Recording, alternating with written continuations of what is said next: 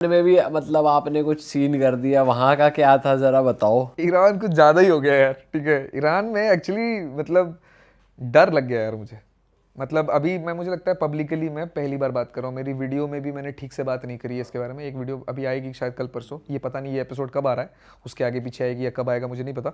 लेकिन क्या हुआ ना ईरान में कि ईरान थोड़ा भी वॉर जोन पे ही है, 10-12 साल से लगातार है ही, और अभी कुछ ज़्यादा ही इसराइल फ़लस्तीन के चक्कर में। तो मेरे पास थोड़ा ऐसा टूरिस्ट ना वहाँ पे ड्रोन लेके जा सकते हैं, बड़े वाला भी, बट रजिस्ट्रेशन करना पड़ता है। बट वॉर के चक्कर में रजिस्ट्रेशन प्रोसेस को उन्होंने नलीफाई कर रखा है। बट मेरे पास इधर उधर से थोड़े बहुत इफ एंड बट में हेल्प थी कि मैं लेकर के जा सकता था, क्योंकि मैं सिनेमैटिक कंटेंट बनाता हूँ, बिना ड्रोन के मेरा काम ही नहीं चलता। तो इतनी समझ मुझे है कि कहाँ क्या करना है क्या नहीं करना है। मैं खुद भी बहुत केयरफुल रहता हूँ। तो एक पोर्ट है बलूचिस्तान में, ईरान के अंदर भी एक एरिया है बलूचिस्तान। अच्छा। बलोच लोग रहते हैं वहाँ पे। Balochistan is divided in 3 parts, one goes in Afghanistan, one goes in Pakistan, one goes in Iran. Pakistan वाले बलोच के बारे में आपने भी कुछ दिन पहले सुना भी होगा, अभी कुछ दिन पहले एक ट्रेन अटैक हुआ था, so that was done by Balochis people. So it's a very sensitive area. तो बलूचिस्तान में ना ऐसे बॉर्डर है ईरान और तो बॉर्डर के इस तरफ पाकिस्तान में एक पोर्ट है ग्वादर, जो चाइना ने बनाया है। पाकिस्तान चाइना कॉरिडोर का सबसे बड़ा पार्ट है वो, और पर्शियन गल्फ का इस वक्त सबसे मेजर पोर्ट वही है, सबसे ज़्यादा वही यूज़ होता है, और वो इकलौता पोर्ट है उस एरिया में। तो सारे कंट्रीज उसी को यूज़ कर रहा है, मोनोपोली है। ईरान के पास एक पोर्ट है 40 किलोमीटर पहले इस तरफ, ईरान के साइड में बलूचिस्तान में ही, उसका नाम है चाबहार।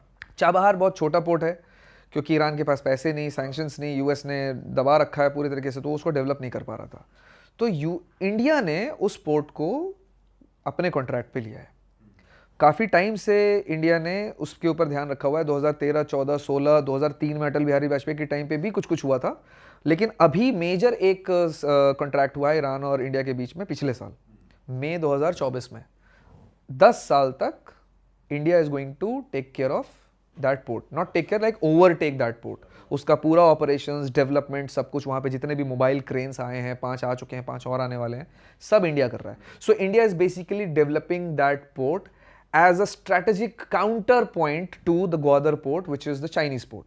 तो इससे दो चीज़ें हो गई, इंडिया का भी दबदबा आ गया ट्रेड में वहाँ पे, एक इंडिया का जो कॉरिडोर बन रहा है रशिया तक, यूरोप तक जाने के लिए, पूरे CIS कंट्री, अफगानिस्तान, ये सब जाने के लिए, उसका रास्ता खुल गया इंडिया के लिए। तो ये बहुत स्ट्रैटेजिक है, क्योंकि अभी तक हमको क्या होता था, बिजनेस करने के लिए पाकिस्तान के थ्रू होकर जाना पड़ता था, पाकिस्तान मना कर देता था, तो हमारा सारा लॉस हो जाता था, वो हमने बाईपास कर लिया।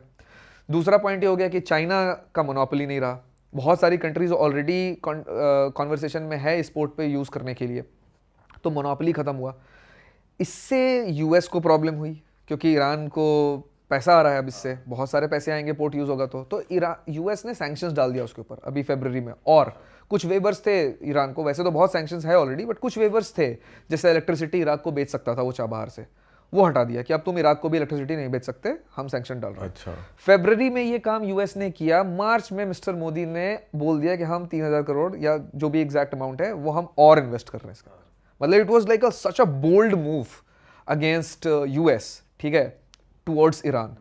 और चाइना पूरी तरीके से इसको अपोज नहीं कर पा रहा है, क्योंकि चाइना US के अगेंस्ट रहता है, तो चाइना बड़ा न्यूट्रल उसमें अब पड़ गया है कि यार नुकसान तो मेरा हो रहा है, लेकिन US के अगेंस्ट हो रहा है, ये तो इंडिया US के अगेंस्ट खड़ा हो रहा है, तो थोड़ा सपोर्ट कर दे रहा है वो, थोड़ा सा तो न्यूट्रल कंडीशन में, तो इंडिया को एक्चुअली कोई रेजिस्ट कर नहीं पा रहा इसके लिए। अच्छा। It's a very good point to talk about, and I was there. Baluchi people इतने अमेजिंग, खाना हमारे जैसा, हिंदी समझते हैं, कढ़ाई गोश्त खाते हैं यार, और बीफ वीफ नहीं खाते भाई, है मुस्लिम कंट्री है तो बीफ वीफ है, लेकिन ना के बराबर है भाई। प्रॉपर मटन, चिकन, अंडा, ये सब खाते हैं वो, और एकदम कढ़ाई कढ़ाई वाला, मसाले वसाले सब दिखा करके मैंने सब देखे उसमें, सारे हल्दी, करी वरी बढ़िया, प्रॉपर एकदम, मतलब प्रॉपर इंडियन खाना ये भाई। और ऐसे लोगों के बारे में, ऐसे जगह के बारे में इंडिया इतना इन्वेस्ट कर रहा है, तो मुझे लगा कि इसके बारे में बात करनी चाहिए। तो मैं ले रहा था उस पोर्ट का ड्रोन शॉट, और गलती से ड्रोन शॉट लेते वक्त बगल में एक और जगह थी जो शायद मिलिट्री या सीक्रेट मिलिट्री, में कहूँगा सीक्रेट मिलिट्री साइट है। अच्छा। जो कि गूगल मैप पे अपडेटेड ही नहीं था। जब मैंने ड्रोन उड़ाया तो मुझे कोई नोटिफिकेशन आया नहीं, जो कि DJI पे जनरली आ जाता है, नो फ्लाई जोन दिख जाता है, no fly zone, sensitive area, इस तरीके के नोटिफिकेशन आ जाते हैं, बट वो गूगल मैप से कनेक्टेड है DJI या उससे ही रिलेटेड डेटा है, वो अपडेटेड है नहीं, वो रीड ही नहीं कर रहा, तो वो कुछ आया नहीं नोटिफिकेशन। बट मैं खुद भी थोड़ा केयरफुल रहता हूँ, और मुझे थोड़ा पता है कि ईरान जो है, ईरान पे जो मैप्स है, गूगल मैप्स है, वो अपडेटेड नहीं है, क्योंकि सैटेलाइट्स नहीं ले सकती अपडेटेड वो फोटोज़ ईरान की। ईरान काफ़ी रिस्ट्रिक्टिव है, तो काफ़ी सारे सीक्रेट मिलिट्री साइट्स हैं, तो इसलिए मैं थोड़ा सा केयरफुल भी रहता हूँ। तो मैंने गूगल मैप को खुद से खोल करके भी देखा कि मुझे पता था कि शायद अपडेटेड हो नहीं हो, लेकिन फिर वो पूरा बैरन लैंड था और मैं एक हिल के ऊपर खड़ा था, तो मुझे कुछ दिखा ही नहीं, और हिल के नीचे भाई वो पूरा मिलिट्री का सीक्रेट साइट है। अब मैंने ड्रोन उड़ा करके भेजा वहाँ, पोर्ट तक और वापस लेकर के आया, तो इस दोनों जाते और आते वक्त टाइम पे वो मिलिट्री साइट के ऊपर से गुजरा है। अब ये सेंसिटिव हो गया, और फिर वो लास्ट डे था मेरा उस एरिया में, उसके बाद मैं तेहरान निकल रहा था, तो मैंने फटाफट पैक वैक किया, डेटा वेटा भी कॉपी नहीं किया मैंने, बैकअप वैकअप भी नहीं लिया, मैंने फटाफट पैक किया और मैं एयरपोर्ट पहुंच गया। एयरपोर्ट पे उसके पहले 2 बार 3 बार मैं ड्रोन लेकर के ईरान के अंदर फ्लाई कर चुका था, कहीं कोई दिक्कत नहीं हुई थी, तो मुझे लगा कि कोई दिक्कत की बात तो है नहीं। बट उन्होंने उस दिन बोला कि ये हेली शॉट, ड्रोन को हेली शॉट बोलते हैं वहाँ पे, बोलते ये हेली शॉट को बाहर निकाल दो आप। मैंने बोला क्यों? तो उन्होंने बोला कि यार हमारे पास ना रिपोर्ट है कि आज को एक ड्रोन जो एक सेंसिटिव एरिया में उड़ रहा था, तो हम इसलिए सारे ड्रोन्स को कॉन्फिस्केट कर रहे हैं रिव्यू करने के लिए। कोई बात नहीं, आप टेंशन मत लो, आप जहाँ जा रहे हो आप वहाँ जाओ, हम रिव्यू करके 3-4 दिन छुट्टी है हमारे यहाँ पे नौरूज़ की, उसके बाद हमारा जज इसको रिव्यू करेगा और हम इसको आपको वापस कर देंगे। बोला ठीक है जी। बट ये जो बात उसने बोली ना कि एक सेंसिटिव एरिया के ऊपर ड्रोन उड़ रहा था, और मुझे थोड़ा सा कुछ तो भी दिखा था उसमें, बट मेरा ध्यान इतना था चाबहार पोर्ट पर, मैं इतनी जल्दी में था कि जो भी दिखा उसको मैंने इग्नोर करके फटाफट ड्रोन को फटाफट उड़ा करके पोर्ट तक पहुंचाया, पोर्ट के शॉट्स लिए और फिर वापस आया, पैक किया, निकला, क्योंकि मैं लेट हो रहा था एयरपोर्ट के लिए।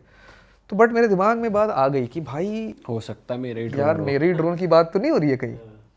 तो मैं ड्रोन तो छोड़ दिया, मैंने कॉन्फिस्केट हो गया, मैं पहुंचा तेहरान। वहाँ पर मैंने 1-2 लोगों से डिस्कस किया, किसी ने मुझे सजेस्ट किया कि एक बार एम्बेसी चले जाओ, एम्बेसी जा करके इसको एस्केलेट करके बोलो कि वापस ले आए।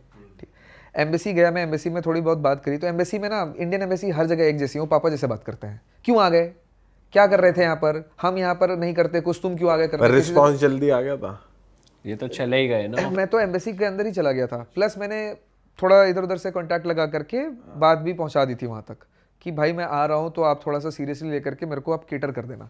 ठीक है, तो केटरिंग तो मिल गई मुझे वहाँ पे, मतलब लोगों से रिस्पांस तो मिल गया, लेकिन रिस्पांस थोड़ा ऐसा सही मिला कि आप क्यों चले गए, ऐसा वैसा। मैंने बोला ठीक है ये बात, और मुझे पता था कि ये ऐसा होगा, क्योंकि इसके पहले भी इंडियन एम्बेसी के साथ पाला पड़ा है मेरा। पर मुझे सिर्फ मेरा फोकस था कि मुझे सिर्फ ये पता करना है कि जहाँ मैंने ड्रोन उड़ाया वो कितना सेंसिटिव है। तो मैंने ये बात उसके साथ डिस्कस करी कि मैं ना थोड़ा डिस्कस करना चाहता हूँ, और आप मुझे ना थोड़ा ये पता करके बताओ कि ये ऐसा ऐसा ऐसा हुआ है। तो वो बंदा गया इन्फॉर्मेशन लेकर के अंदर, 15 मिनट उसने डिस्कस किया, उनके पास होगा कुछ मैप वैप होगा लेटेस्ट जो भी हुआ, वो वापस बाहर आया। डिप्लोमेट बंदा आकर के बाहर, और अगर उसके चेहरे पर हवाइयाँ उड़ रही हो, वो आपको डराने की कोशिश नहीं कर रहा है। अब जब वो बाहर आया मेरे से बात कर रहा है, तो अब मैं उसके चेहरे पे फियर देख रहा हूँ। उसने बोला कि बेटा take the first flight out of this country. अरे वाह, आपने ये वीडियो यहाँ तक देख ली भाई, तुमने हमारी मेहनत सफल कर दिया, तुम ही लोग हो असली रियल हिट।